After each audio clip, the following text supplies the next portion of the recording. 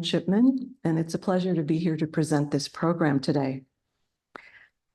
Just for the record, we're making this recording at the History Museum on June 26th of 2024. The art gallery played a very important part of my life. My father, Dean Chipman, was the director of Sears Art Gallery and the Fine Arts programs at Elgin Academy from 1940 to 1963. My parents and I lived on the campus in faculty housing until I was 15. I feel very lucky that I grew up during the 50s and early 60s on this campus, and the art gallery became my second home, and the entire Academy campus was my playground and backyard. This is an especially important and poignant time to present this program about the art gallery because of the imminent closing of the Elgin Academy after 185 years of existence, and its 100th anniversary is being celebrated in June. The Sears Art Gallery at the Elgin Academy is a significant building with a rich history as a cultural center for both the students of the Academy and members of the community. My goal is to increase awareness about the role that the art gallery has played in Elgin's history. At this time, we do not know what the future will hold for the art gallery, but I would like to think that perhaps in some small measure, this program will contribute to a positive future for it.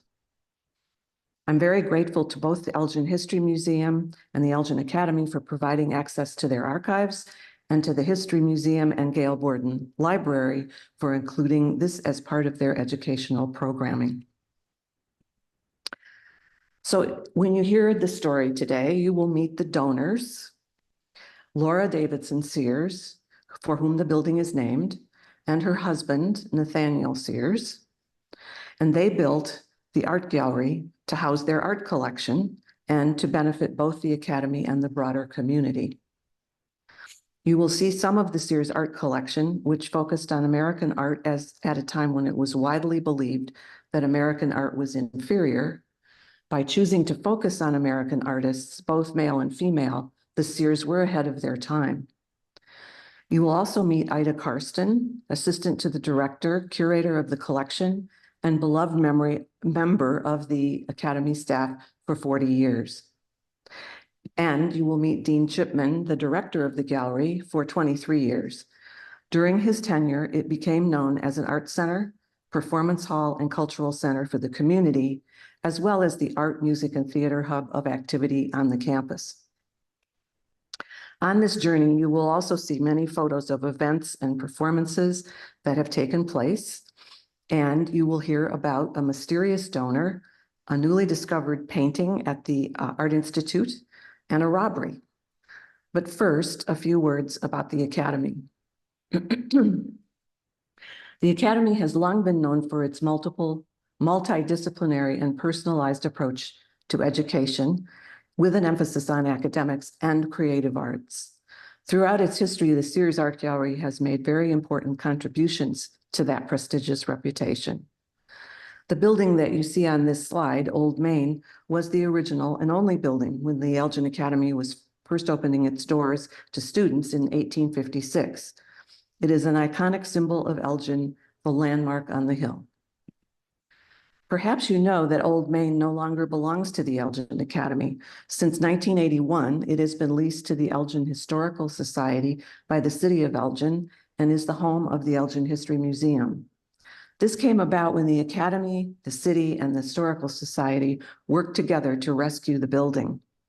That was an elegant solution for preserving Old Main, as well as providing a home for the History Museum. I'm hoping that perhaps a similar story will unfold for the art gallery.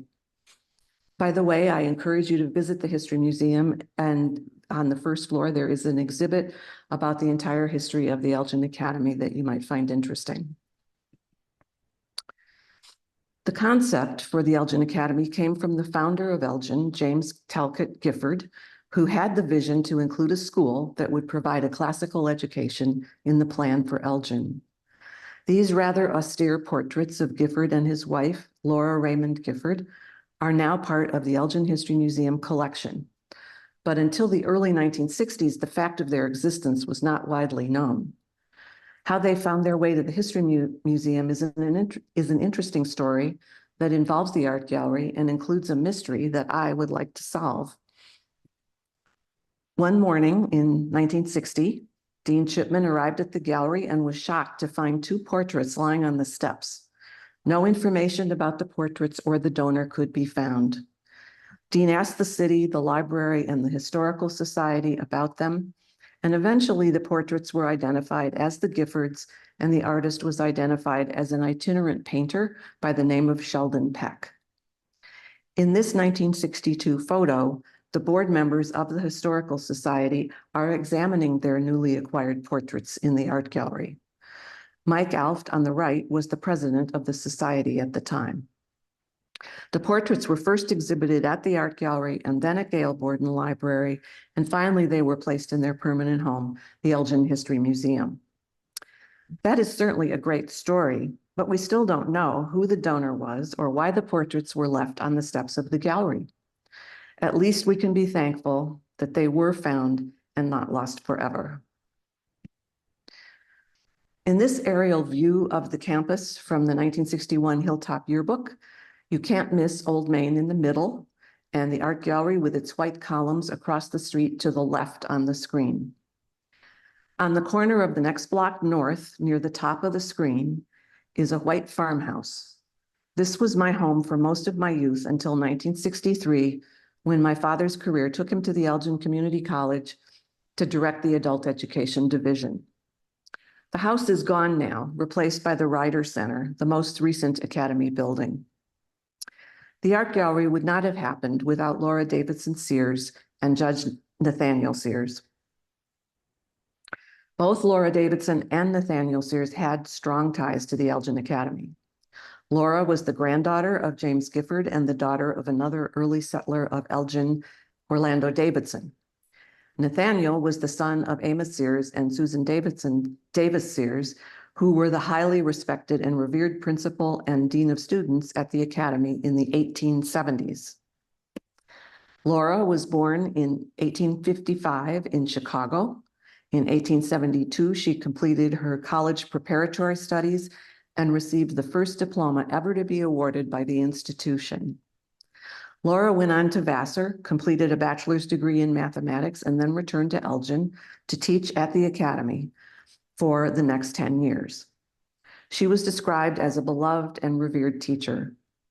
Laura left her teaching post at the academy when she married Nathaniel Sears in 1887, but she remained actively involved with the school and served on the board of trustees from 1912 to 1930. Nathaniel Sears was born in 1854 in Southern Ohio. He lived in Old Main with his parents, the principal and dean of students, before leaving for college. Like Laura, Nathaniel also went east to attend college, receiving a bachelor's degree and a master's degree from Amherst. He also spent time in Europe and studied law for a year at the University of Berlin. He returned to Chicago to practice law, and he and Laura Davidson were married in 1887. The couple resided in Chicago and had homes in Wisconsin and Florida as well. In 1897, he ran for mayor of Chicago as a Republican candidate, but failed to win. Carter Harrison, a Democrat, won. He served as a judge for over 10 years, attaining the position of Chief Justice in the Appellate Court of Illinois. And he retired from the bench in 1903 and continued to practice law with offices in downtown Chicago. And he was also president and chairman of the board of Elgin Academy from 1920 to 1934.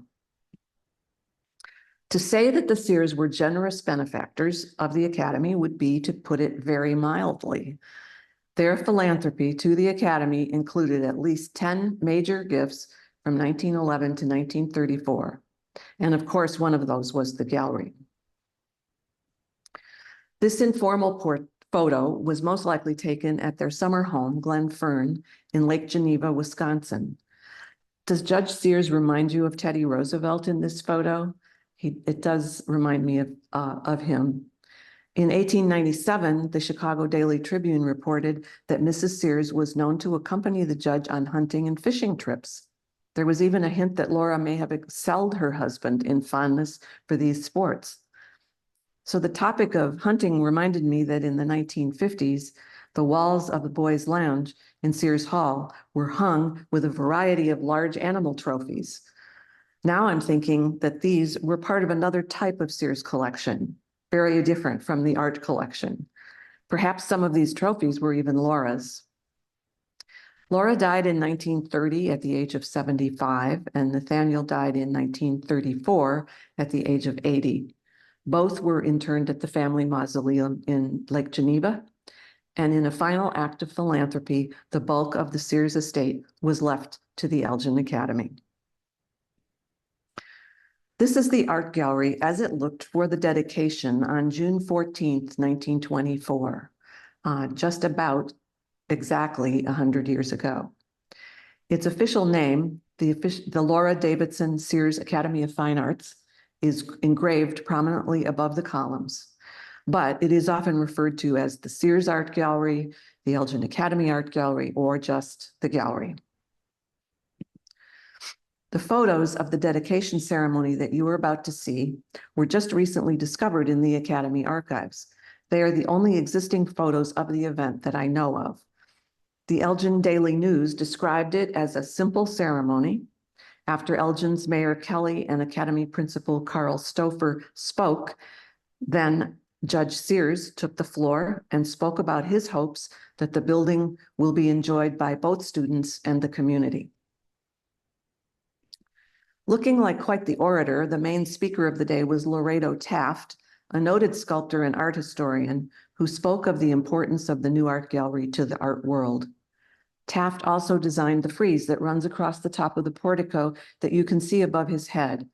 The frieze is based on the Parthenon in Athens, Greece, depicting a procession honoring the goddess Athena. I was especially happy to discover this photo because I believe it captures the exact moment at the end of the ceremony when Laura Davidson Sears presented a ceremonial key to Mr. Charles Treadwell, an Academy trustee. I'd also like to know who the other people in the photo are, but I have not managed to figure that out yet. This early postcard of the gallery emphasizes its classical Greek style based on symmetry, including the 6 Doric columns spaced evenly across the portico and the many balustrades running across the top. The building is constructed of brick and covered with white Georgia marble. The architects were from Chicago, Gunsel, Robinson, and Rich, with architect Rich actually living in Elgin while the building was being built. Construction began in 1922, and by the end of 23, a curator, Mark Yarwood, and an instructor on art history and art appreciation, Helen Woodruff, had been appointed. In the agreement with the Academy, Judge Sears included requirements for how the building should be used. An art committee was to be appointed by the dean each year to manage the collection and make key decisions about the operation. Provisions were to be made for lectures and studies in art and music to benefit both the students and the public. And the gallery was to be open to the public without charge. This photo, taken at dusk, shows off the lighting of the portico. This is my favorite photo of the building from a Courier News article in 1969. It is very dramatic with a particularly good view of the frieze. The Sears donated both the building and the art collection, so now let's talk about the art. The collection consisted of 230 plus works as of the 1930s and focused almost entirely on work by early American artists. One critic called it the finest collection of early Americans in the world. And that may or may not have been true at the time, but it certainly was an important collection. Please take note of the last 2 names on the list, Jane Peterson and Anna Lynch. Both were originally from Elgin and had very successful careers in the art world, both in the US and abroad. These were 2 of my favorite paintings, Winslow Homer's In the Wheat Field and Mary Cassatt's Child in Blue. During the 1950s and early 60s, they were displayed in the North Parlor along with others that were considered special. Judge Sears had a special interest in early American portraits, and a number of of the best ones were also displayed in the parlor. These paintings by Gilbert Stuart, James McNeill Whistler, and Frederick Waugh were also displayed in the parlor. The collection did continue to grow. After the deaths of Judge and Laura Sears and continuing into the 40s, 50s, and 60s, works were acquired through commissions, gifts, and purchases. As the director of the art gallery, Dean Chipman was involved in acquiring many of these. He kept the focus on American artists, especially current artists of the 40s and 50s. He also started and supervised a student group called the Muse Art Club that purchased and donated a new painting each year. Undoubtedly, the most well-known painting in the collection was this 6-foot by 10-foot, bigger-than-life portrait of our first president, George Washington. When Judge Sears found it in South Carolina, it was badly damaged, and he brought it to Chicago for cleaning and restoration. Washington is shown with his horse in the uniform of Commander-in-Chief of the American armies, and the background shows the British fleet in Boston Harbor and the smoke of battle. At the time it was added to the Sears collection in 1928, it was thought to be an original Gilbert Stuart, a famous portraitist who painted all of our early presidents. Later, experts agreed that it is a copy by someone who worked in Stuart's workshop, most likely his youngest daughter, Jane, who became a well-respected portrait painter in her own right. In my opinion, whether it's an original Gilbert Stuart or not, it is still a wonderful and important painting with historical significance. The original Gilbert Stuart, dated 1806, and with the same title, belongs to the Boston Museum of Fine Arts. Now we need to move ahead to the late 60s, and unfortunately, that is when much of the Sears collection was sold. A Courier News article from 1983 explains it like this. During the late 1960s, the Academy quietly sold its collection, its extensive art collection, to avert a financial crunch. Most of the collection was sold to private collectors and art museums, including the Art Institute of Chicago. The Stuart painting was not sold at that time, leading some to believe that it might not be authentic. If it is not authentic, it still possesses an interesting past and is probably somehow connected to Stuart and his work. As that article suggests, the Washington painting did escape the auction block in 1967 and lived at the art gallery for over 5 more decades, along with many of the newer acquisitions from the 40s, 50s, and 60s. But in November 2023, with the upcoming school closure, the remaining pieces of the art collection, including the Washington painting, were auctioned. Only a very small number of paintings still remain. Sadly, the end of an era. However, I do have something happy to report. It can be hard to track down art that is sold privately, but with the help of the reference desk at the Art Institute Library, I learned that this dramatic portrait of a naval officer was one of 5 paintings currently in the Art Institute collection that were acquired from the Sears collection in 1967.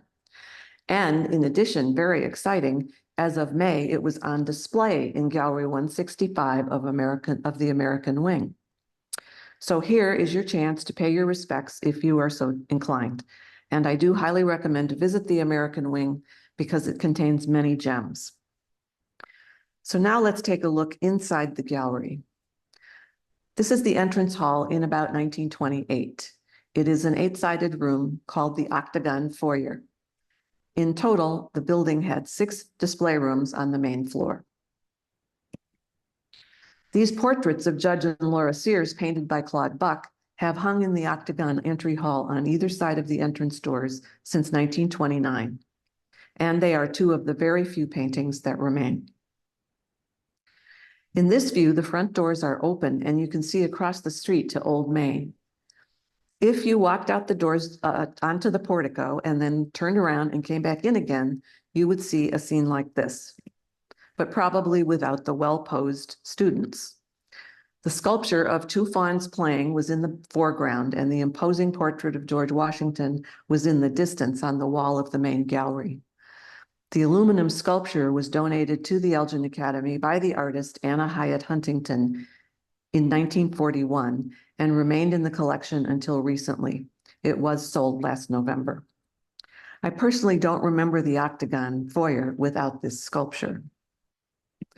Another view, all in all, when you walked into the building and you saw George Washington in the background and the two fawns in the front, it could really take your breath away.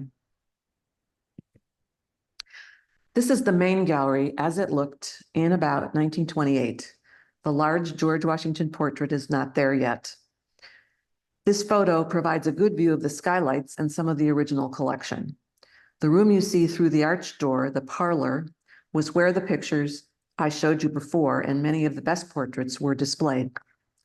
The parlor also contained collector's item, rugs, antique furniture, silver and china, all from the Sears homes, including a magnificent large music box with a variety of roles to play. I like to do my homework in the parlor because it felt comfortable, almost like you were in a real home. Therefore, that is the nickname that it had, the parlor. Here is the music box. I remember it had a huge, very full sound that seemed to fill all 6 rooms of the main floor. I loved to listen to it, but I did not have permission to play it.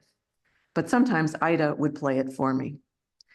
Also, just FYI, the portrait on the right that you can see on the wall, slightly hidden, was another of the 6 that were sold to the Art Institute in 1967. It was painted in 1717, and the title is Miss Vanderveer. Upon entering the gallery, you might have been greeted by Ida Karsten. Ida was a fixture at the art gallery for 4 decades. In this picture from the '66 yearbook, she would have been 82 years old and still going strong. Ida became the 3rd curator of the gallery in 1933, and in 1940, when Dean Chipman came to Elgin to be director of the art gallery, he was impressed with her knowledge of the paintings. After she told him that she was concerned that she might soon be out of a job, Dean encouraged her to become involved in the new activities and programs. She learned how to type and worked with Dean as his secretary and assistant. And because she was an excellent seamstress, she was indispensable as the head of the costume department for the theatrical productions. After most of the collection was sold in the late '60s, the Academy found a spot for her in the library.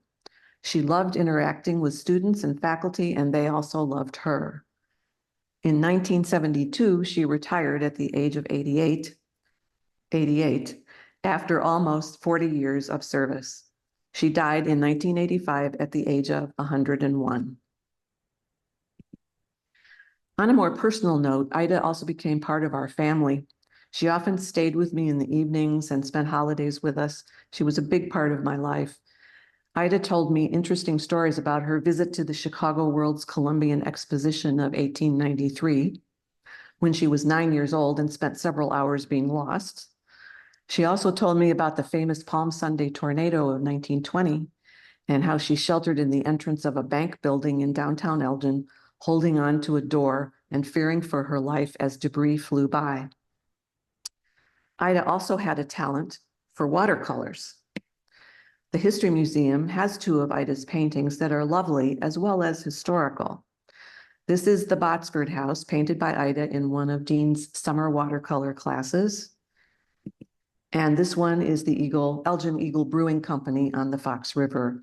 Both of those do not exist anymore physically. Now I would like to introduce my parents.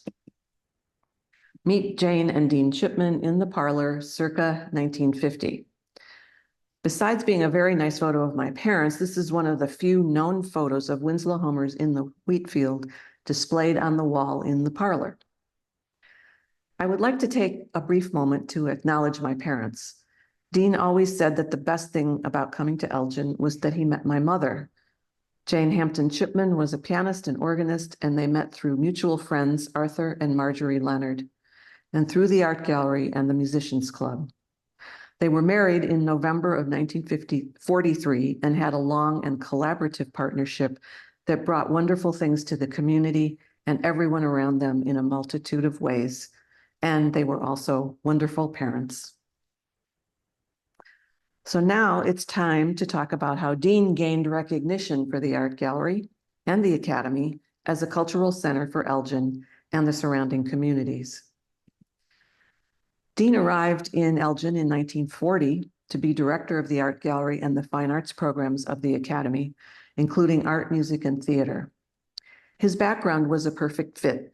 For the previous 5 years, he had taught in the art department at Monticello College in Godfrey, Illinois. His own artwork covered a variety of media, including painting, watercolor, woodblock, silkscreen prints, metal, and clay. He had a bachelor's degree in art and a master's degree in education. He also studied abroad on a scholarship in Vienna, Austria, at the School of the Arts and Crafts. His mother was a musician, and she strongly influenced his lifelong interest in music. He also loved the theater and designed sets and directed plays at Monticello College and for community theater productions. This portrait of Dean was painted by a friend, Helen Seymour Baker, in his hometown of LaPorte, Indiana, shortly after he returned from studying in Vienna in 1932. The silver bowl and candle holder in the painting were part of a group of sterling silver items he designed and made in Vienna. When Academy headmaster Earl Leinbach hired Dean, he gave him 3 challenges: to revitalize the art gallery, to develop connections with the community, and to gain recognition for the art gallery as a fine arts center. And Dean was up for the challenge, as you will see. He must have been delighted beyond belief to get this job with all the potential that the art gallery had to offer as a venue for the arts. You can tell he got to work right away by these Courier News articles in September and October, reporting on upcoming art classes for adults, lectures on art appreciation, new exhibits of contemporary art, and demonstrations of printmaking. With the help of others, he very quickly got familiar with Elgin, the Elgin Academy, and the art gallery. He also joined existing cultural organizations, such as the Elgin Musicians Club and the Fox Valley Music Association, and began to build connections and immerse himself in the arts culture that already did exist in Elgin. Dean knew that in addition to art classes, an important way to attract visitors to the gallery would be through rotating special exhibits. This list contains some examples of exhibits that took place in the 1940s, and it's not all-inclusive. There were others too.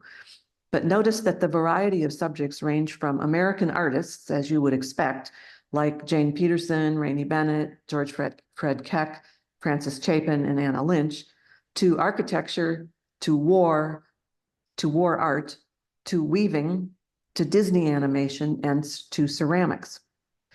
These exhibits and the permanent exhibits of the Sears collection also served as important teaching tools for the faculty, and the community loved them. This particular photo really caught my eye and interest. In 1942 and 43, several exhibits related to World War II were held. They included the art of camouflage, war poster art, and works from military illustrators. This one is for the military illustrators. The previous show on camouflage was lent by the School of Design in Chicago with the cooperation of the Elgin Office of Civilian Defense. It covered both the art and science of camouflage. Unfortunately, I could not find a photo of it. As it happens, in 1942, Dean took a class on camouflage at the School of Design in Chicago. And this is probably how he ended up with this exhibit. The class was taught by Laszlo Moholy-Nagy, a former Bauhaus instructor who was invited to Chicago by a group of business and industrial leaders to establish a school of industrial design modeled after the original Bauhaus school in Germany. As you can see, I have the class certificate for Principles of Camouflage signed by Moholy-Nagy. So this is how I know that my father actually did attend that class. Let me briefly explain about the Bauhaus. It was an early modernist design movement and school that existed for 14 years in Germany between 1919 and 1933 when it was closed. And its impact on design is so huge that it's immeasurable. You may recognize the names of other original Bauhaus members: Gropius, Kandinsky, Klee, Mies van der Rohe, to name a few. Dean was very influenced by the Bauhaus principles of design and their approaches to teaching, which included simple and functional design and breaking down the barriers between fine art, craftsmanship, and technology. And those things were often reflected in the art classes, the exhibits, and his own artwork.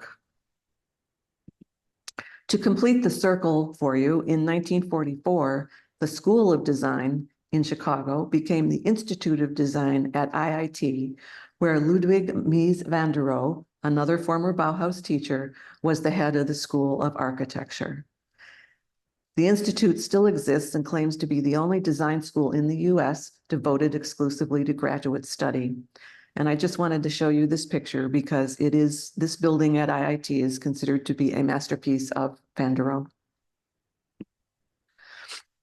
Jane Peterson had shows at the gallery in 1942, but I don't have a picture of that one. This one is 1953.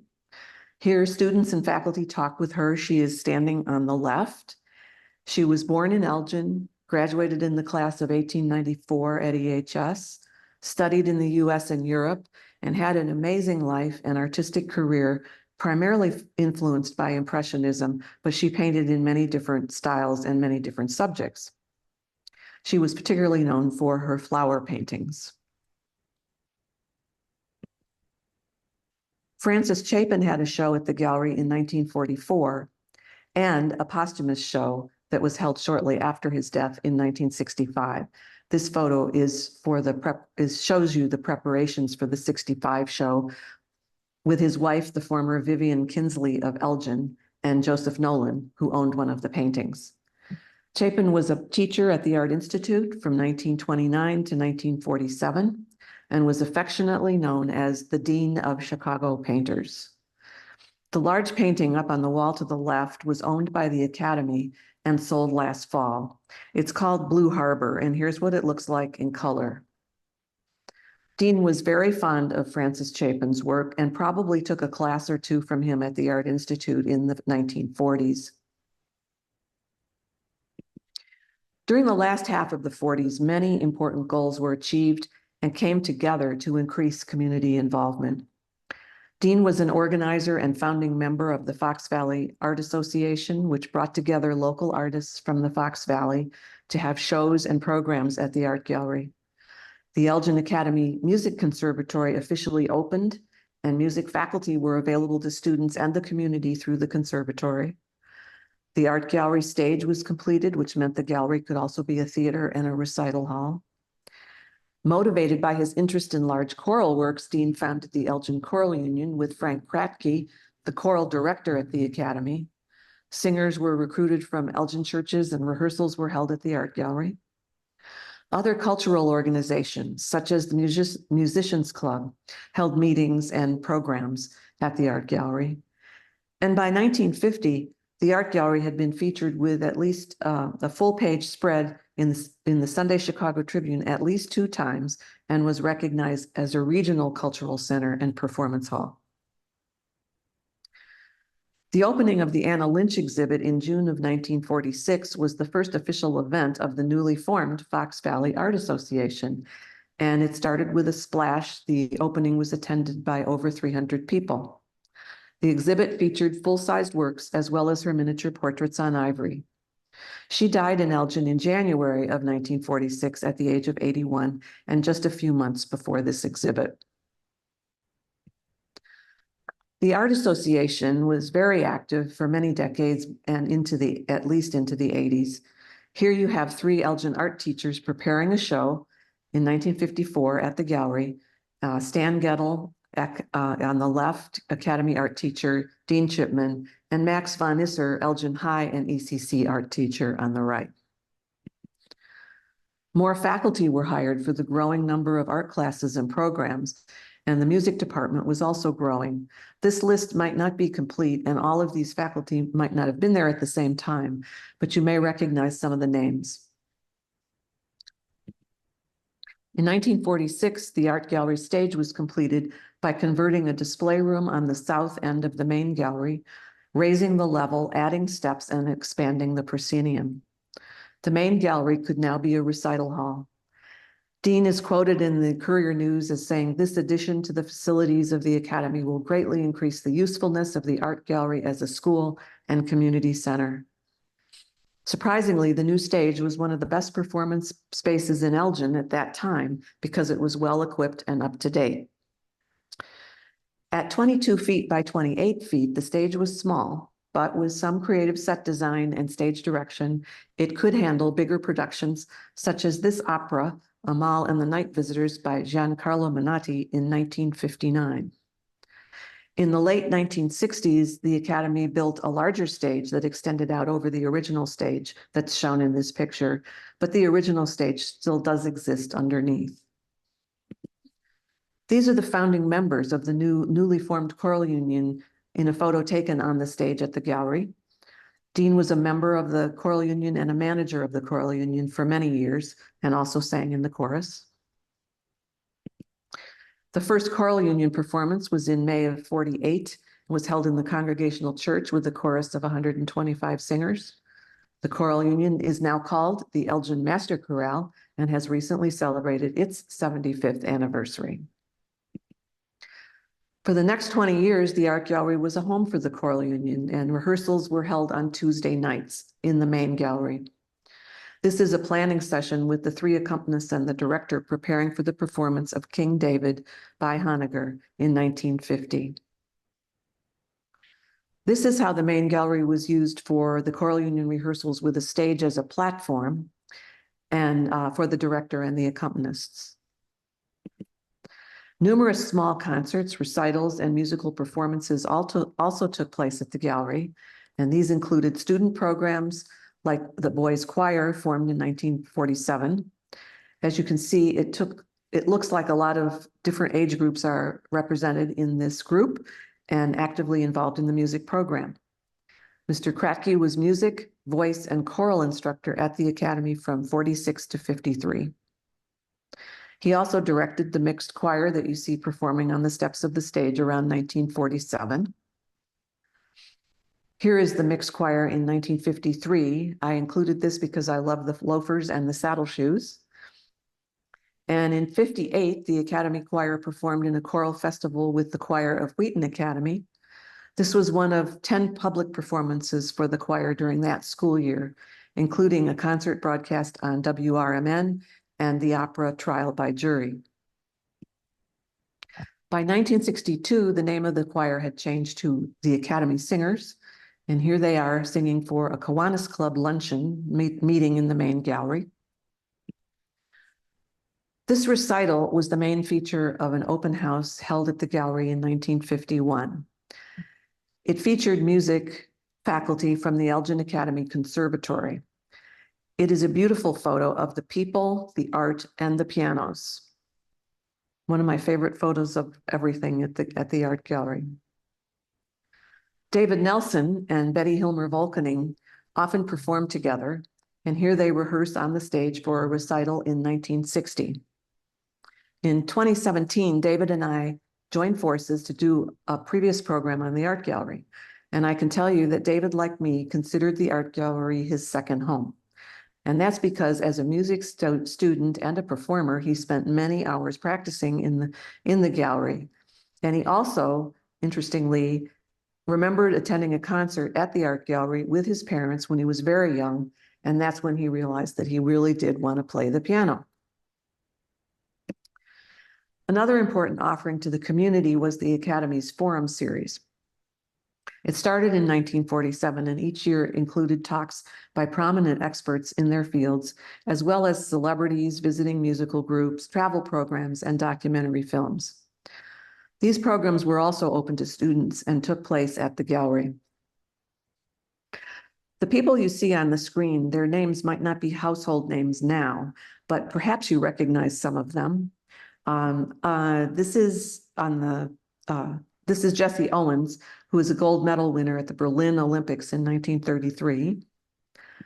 Bennett Cerf, in the middle in the dark suit, was a famous humorist, lecturer, and TV panelist on What's My Line. Cornelia Otis Skinner in the evening gown was an actress, writer, and monologuist. And this person you may not know at all, but Oliver Statler was a noted expert on modern Japanese prints and Japanese culture. And he graduated from the academy, he was on the academy board, and he also wrote a book called Japanese In that was a seller on a New York Times bestseller. In 1961, both Jesse Owens and Oliver Statler were featured speakers in the forum program. By 1948, Chicago was beginning to notice. In February, the Elgin Academy Art Gallery was featured in the Chicago Sunday Tribune. And it noted that the art gallery serves as a cultural center for Elgin and surrounding communities, with many adults participating in its varied programs. It also notes that the Fox Valley Art Association, Elgin Choral Union, and the music department are all based in the art gallery. Under the auspices of the gallery, an exhibit called Elements of Design currently is being shown in schools and libraries of Fox River Valley towns. And that would be another thing related to the Bauhaus. Again, in 1950, there was another big article, 2-page spread, I think, with many photos. And this time it was focusing mostly on art.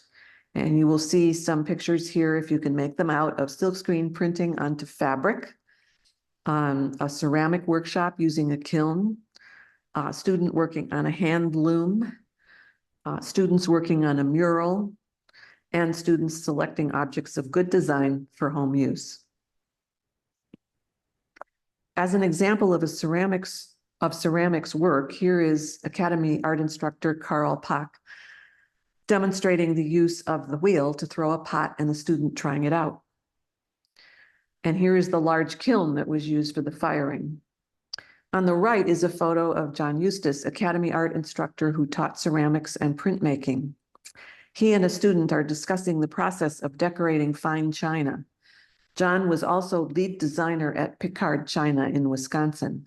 The plate he is holding as an example is an example of one of his designs, and that design was chosen by the Eisenhowers for their fine china collection in the White House. One major project of the art department was to create murals to decorate campus buildings.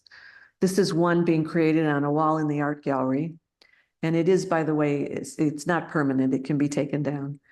Students worked in teams to create and execute the murals, and it was also a very good learning experience in many ways because they had to work as a team. 3 members of the Art Association, John Treba, Academy art instructor, Grace Maddox, a member of the Art Association, and Dean, are preparing for an upcoming exhibit and talk. And John Treba was especially gifted at screen printing. You might have been able to see that picture in the previous slide, but this is a picture that shows him holding up a curtain that was printed. And I believe those curtains were used in the girls' dorm. Another example of a Treba design for curtains was used in Dean's office and in a classroom. And this is a picture of the actual curtain that was from Dean's office in the art gallery that he saved. It was designed and printed by John Treba. It brings back many memories, and I love the design. Coincidentally, in the process of looking through many yearbooks, I found this photo of a classroom from 1950, and I noticed that the curtains were the same design as the one I just showed you. Granted, it may not be easy for you to tell that here, but I assure you that it is the same design. It seems that the art department was doing a lot of decorating for the campus buildings. With the murals and the curtains, they were having an impact almost everywhere.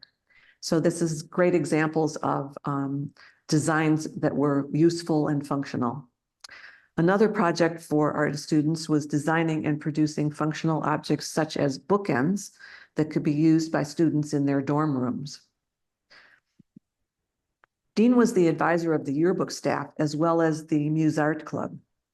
I especially like this photo because several of my favorite students are in it. It shows off a piece of the Sears furniture, and I think that the paintings in the background might be from the Jane Peterson exhibit in 1953. Dean taught graphic design principles to the students working on the yearbook, and the student art was also featured in the yearbooks. Dean's summer art classes for children, open to the public, were very popular. Art classes were held in the lower level at the art gallery. There were 2 rooms down there, and each student had a little area that they could display their artwork on, as you can see in that photo. And they worked on a variety of projects during the summer session. There was another class for younger children as well. Dean's summer watercolor classes for adults were also in high demand, often waiting lists, and they were taught outside. And to date, I have not come across any photos of these classes. So I have included here several examples of Dean's own artwork. This is my personal favorite, dated 1959. I admit I have a hidden agenda here because many people who knew Dean after he left the academy and went to the Elgin Community College may not have been aware that he was an artist and an art teacher for most of his career. As a family, we went to Door County in Wisconsin each summer, and Dean did a lot of painting there. This was painted in 1950 and shows the Ephraim Moravian Church with the harbor in the background. It was donated to the Elgin History Museum by Charles Mote, whose mother purchased it from Dean in an art show at the gallery. It may look familiar because it is hanging on the stairwell at the museum. And this is an oil painting, one of the few oil paintings that exists of Dean's, dated 1938. It depicts a scene in Alton, Illinois, with the Mississippi River in the background. He painted this before he came to Elgin, during the time he taught art at Monticello College in Godfrey, Illinois.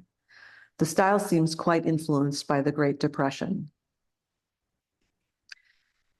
Dean established the Muse Art Club for the purpose of broadening interest in music and art, and because he believed that ideally art and music should be taught together.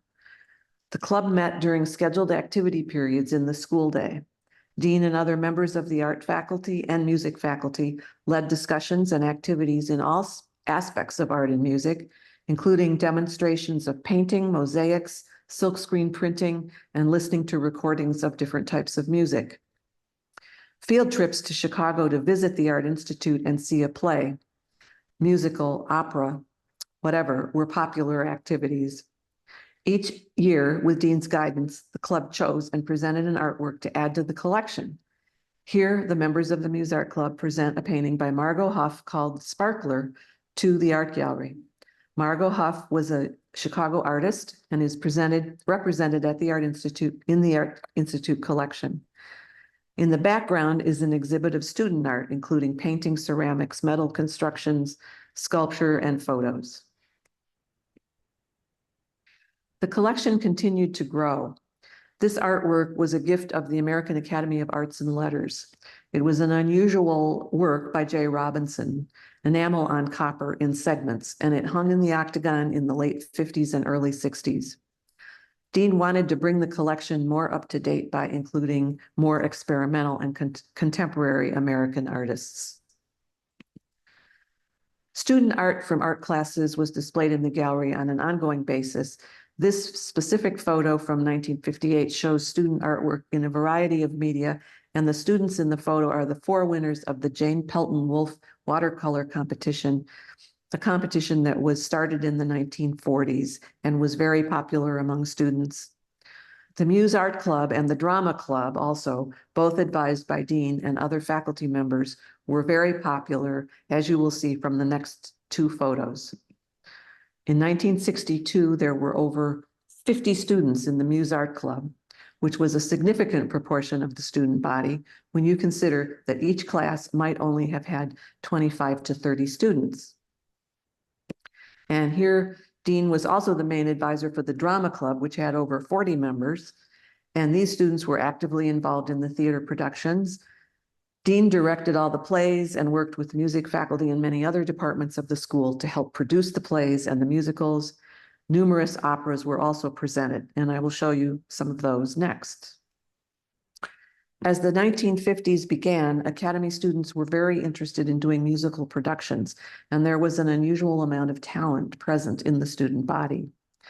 These photos from operas being produced at the Academy in 1951 and 52 actually made it into the New York City Metropolitan Opera News magazine. The operas were Benjamin Britten's Let's Make an Opera, Menotti's The Telephone, and Menotti's Amal and the Night Visitors. Here is some background about Amal.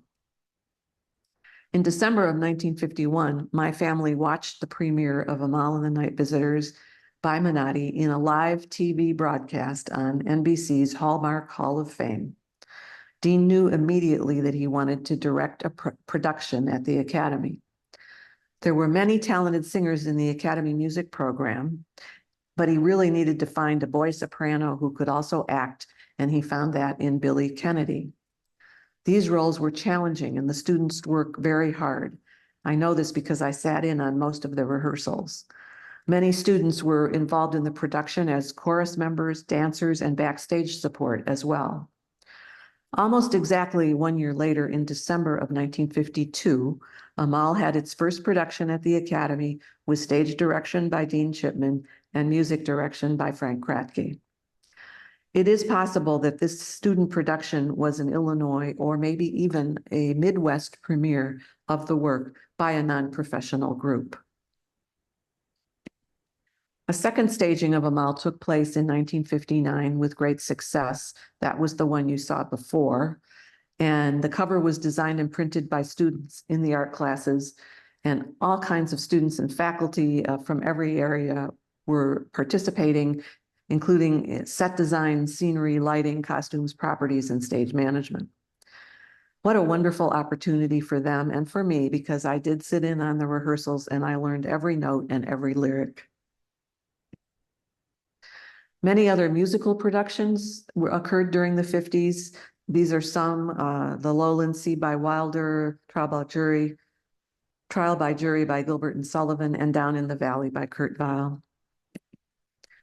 At least 2 plays were produced each year. In 1952, the political comedy First Lady was a revival on Broadway and a big hit on the campus. The Academy Theater Department had a ready supply of period furniture and props that could be borrowed from the parlor. A portrait from the art collection is also seen hanging over the fireplace. And there may even be, I do think that is a Jane Peterson on the back wall. This 12th Night production in 1952 was very well received, popular with the cast members, and quite difficult to execute on the small stage, especially for the sword fights. Students wrote in the yearbook, Mr. Chipman successfully directed the play, designed the handsome settings, and had patience and faith in every one of the actors. In 1953, another popular play, Life with Father, had parts for younger actors from the lower and middle schools. And I think my father often looked for plays that would involve many different age groups. In 55, Stage Door by Edna Ferber and George Kaufman was another very popular production with a large cast and crew. And this was a comedy about 16 would-be actresses living in New York in a boarding house and trying to break into the theater. Here's the full cast of Stage Door with the director Dean Chipman on the far left. In the 1955 Hill book, Hilltop, students wrote, Mr. Chipman selected the play with members of the senior class in mind. It was another effective dramatic presentation by Elgin Academy students who are known for their fast-moving, well-prepared cast and always convincing. This is a 1956 production of the Pulitzer Prize-winning play, Our Town by Thornton Wilder. Several other Wilder plays were also staged, including Pullman Car Hiawatha. I saw many of the rehearsals of Our Town, and it had a huge effect on me. I also recently revisited Our Town and found that it had not lost its ability to impress. In 58, I played a young girl named Mimi in Mrs. McThing, a light comedy mystery. And being part of the cast, I will never forget. It was incredibly fun. In 1960, the night of January 16th was a Perry Mason-like courtroom drama, and I remember the cast loving this play. It was a hit on Broadway in the 30s, written by Ayn Rand. It had an unusual twist. Audience members were chosen to be the jury, and the play's ending depended on the verdict. I included the program design here because it was simple, effective, and very nicely executed. And now, for a change of pace, let's switch to a bit of art gallery lore that you may not know about. It was July 6, 1958, and the art gallery was on the front page of the Sunday Tribune again, but this time it was for a robbery. The previous Friday night, these paintings and at least 4 more had been removed from their frames in the parlor. Dean must have inadvertently surprised the robbers when he walked over to the gallery to pick up something from his office. Imagine his surprise when he turned on the lights and saw empty picture frames. He then heard the screeching of tires and cars speeding away. Amazingly, these canvases were discovered by workers on the side of Route 25 by the milk pail the next day. Police theorized that the robbers dumped them in a panic as they fled. And miraculously, it did not rain and they were not damaged. They could now be returned to their frames and put back on the wall. As you can imagine, this event was very traumatic for Dean, Ida, and the Academy, but everyone felt better after the pictures were returned to their frames.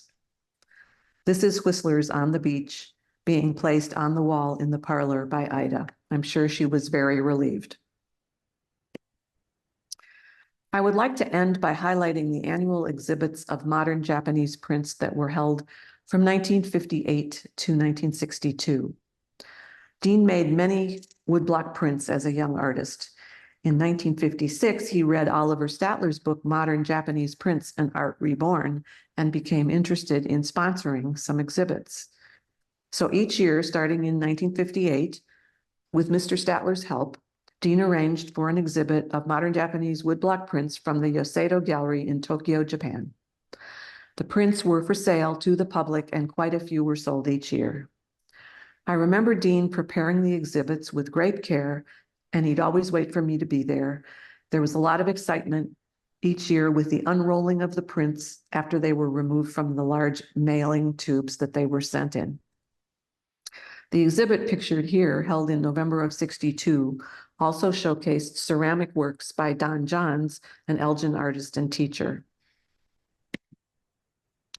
Here is a closer view of the wonderful pottery of Mr. Johns with the Japanese prints in the background. As an aside, I traveled to Tokyo in 2019 and visited the Yoseto Gallery in person. I met with the daughter of the original owner who had passed away, and I purchased a print by my favorite artist, Kyosho Saito. That was a memorable experience for me, and it brought things full circle for me in a way. This candelabra and the candlesticks in the exhibit were designed by Dean. Notice that in the background, you can see the sculpture of the 2 fawns in the octagon. This may have been the last major exhibit curated by Dean in his role as art gallery director. In the summer of 1963, Dean left the Academy to be the director of the Adult Education Division at Elgin Community College. He later became the first vice president of instruction and continued his focus on bringing cultural programs to the community as the manager of the Elgin Symphony and in many other ways. I know he was proud of what he had accomplished at the Academy and had some sadness about leaving, but I also know that he was looking forward to new challenges and new possibilities, and he definitely got both. I've told you the story of a special building that became a favorite place for Academy students and for over 2 decades, a focal point for community cultural events and activities. I hope that I have been able to convey how exciting and rewarding these times were for everyone who contributed and became involved. This student silkscreen from 1956, Hilltop Yearbook, is a wonderful visual celebration of the Elgin Academy, and I think it's an appropriate way to end. So I will leave you with that, and thank you very much for your interest in the program. If you have memories of the Art Gallery or of the Academy, I would love to hear them.